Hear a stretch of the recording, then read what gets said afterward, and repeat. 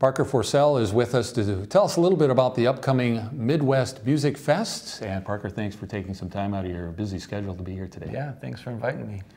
Now, the Midwest Music Fest already in its 5th year. It's kind of hard to believe it's been here that long already. That's right. Yeah, it's our 5-year birthday party actually this year. So we're doing some special things like the polka dance and barn dance on Thursday, and then we're actually doing 2 shows on Wednesday before the festival even starts. Nicholas David from The Voice fame, who actually had played here many years before that, before he became so well known, and then Dessa is a well-known hip-hop artist from the Twin Cities. So, we're going to talk about that a little bit later on too. Or maybe we can just talk about it now. The genres of music that are represented, I think some folks might think, well, maybe it's kind of that, might call it like a quirky rock and roll or folk, but you were running the gamut this year. Yeah, I mean, I feel like that's something that we have kind of had to overcome. It was started by some young people, and so I think it's kind of had that label as an indie rock kind of festival, but we do everything from country, and like we said, polka this year. There's a lot of folk, solo kind of folk artists. There is harder rock kind of stuff as well, but we do try to meet a bunch of different types of genres, and both male and female led bands, and that's kind of been the idea from the beginning, to not be pigeonholed into one type of music. Who are the big names coming back? Well, I'd say some of our biggest headliners this year are Lizzo, who's also a hip-hop artist from the Twin Cities, Charlie Parr, who's well-known to Winona folks, a blues musician who's been playing here for many years, but he's such a big draw here that we always kind of bring him back. He's been here every single year. Caroline Smith is another singer. They call her like a neo-soul type singer with her band. Will be playing here as well. So those are kind of 3 of the top headliners. Also, Dash is more of an electronics-based musician who's playing on Thursday night. The Cactus Blossoms, country band. They play like old style country from the 40s and 50s. Although they do some originals, they do play old time Hank Williams and that kind of style.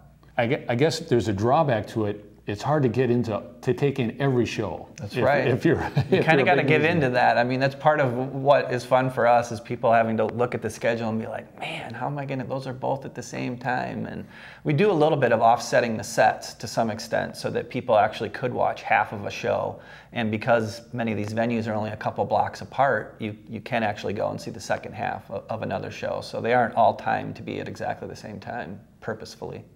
And tickets are pretty reasonable too for the amount of entertainment you can see. Yeah, I mean $60 for the whole weekend, or $20 for a whole day, and that gets you into 10 different venues each day. So.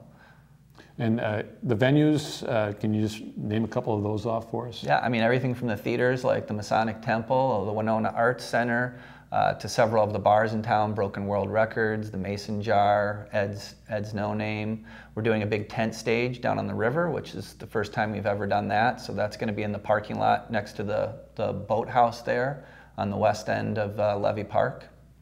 So is a number of venues, a number of bands, people are going to be pretty musiced out by the end of the weekend. Either that or really jazzed up for some more. That's right. I hope so. People will be looking forward to next year. Now, the event, the music festival this year also features a couple of movies. Did I read that right? Yeah, we kind of partnered up. There's a festival in the Twin Cities called Sound Unseen that focuses on documentaries and feature-length films on music. And so we partnered up with them, and we bringing a couple of movies that they have shown up there. One of them is more of like a feature-length kind of film that was all filmed in the Twin Cities, and all the music soundtrack to artists from the Twin Cities. And the other one is a documentary about Grant Hart, who was the drummer for Husker Du, which is a very well-known punk rock band from the 80s basically. But he's still around, he's still recording, and just last year they made this documentary that's kind of about his life, and so he's actually going to come down and be part of the Q&A and even play an acoustic set after the movie. So if people want more information about the Midwest Music Fest, you can catch it online, right? Best bet is to go online. Our whole program guide, we've been putting it around town. That would be this. People should see it. We've got it in most of the different venues and in other places, but if they want to go online, just midwestmusicfest.org. And there's your list of entertainment, 130 folks. bands. 130 bands. Yeah. All right. So get your checklist out, everybody, and Get rested up. get rested. You're going to be up all night. All right. Well, thank you, Parker, for taking time to Yeah. talk with us today. Good to see you. Thank you.